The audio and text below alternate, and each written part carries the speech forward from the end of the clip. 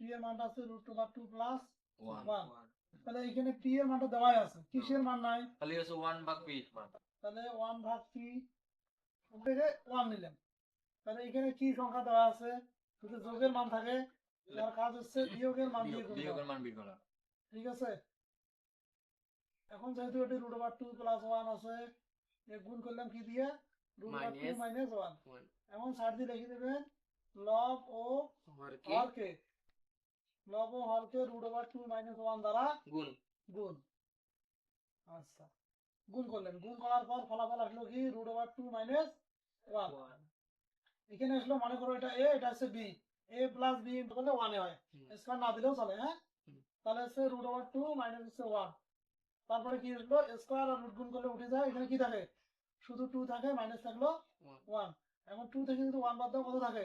1 দ্বারা যদি উপরের অংশটা ভাগ করো, গুণ করলে কি হবে? √2 প্লাস 2 মাইনাস 1। অঙ্কের মধ্যে কি বলছে? পি প্লাস 1 ভাগ পি এর মান কত? অতএব লিখবেন যে পি প্লাস 1 ভাগ পি সমান, এভাবে লেখার পরে এখানে পি এর মান কত ছিল আর 1 ভাগ পি এর মান কি বের করছে? এটা বের করছিলাম। বের করার পর অঙ্কটা কি করতে বলছে? যোগ করতে বলছে। তাহলে প্লাস এর 1 মাইনাস এর 1 বাদ। এখন আর এখানে থাকলো কি? একটা রুট আর একটা রুট। কয়টা রুট? দুইটা রুট। তাহলে আমাদের आंसर ক নাম্বার आंसर? ক নাম্বার সংখ্যাটার মধ্যে কি ক হতে পাই p + 1 / p, তার মান কত? √2 2√2। এখন অঙ্কের মধ্যে বলছে যে a² + b² এর মান কত? তাহলে আমরা a এর পরিবর্তে কি আছে? p আছে, b এর পরিবর্তে আছে যা ছিল তাই লেখার পরে উভয় পক্ষকে কি করলাম? বর্গ করলাম। বর্গ করলাম।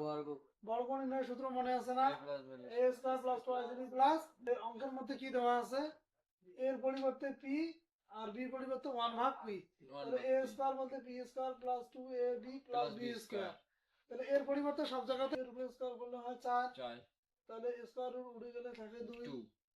তাহলে এখানে p² pb বাদ, তাহলে 2 যদি সমানের ওই পাশে যায় কত হবে? মাইনাস হয়ে যাবে, মাইনাসের 2। তাহলে 8 থেকে যদি 2 বাদ দেই তাহলে 6 কত পাই? কত কোন মধ্যে কি করছিলাম আমরা?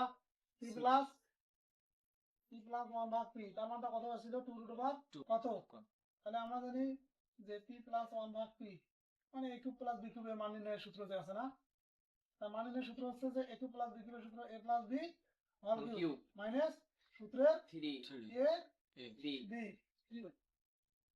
p প্লাস 1 ভাগ p এর মান 2√2।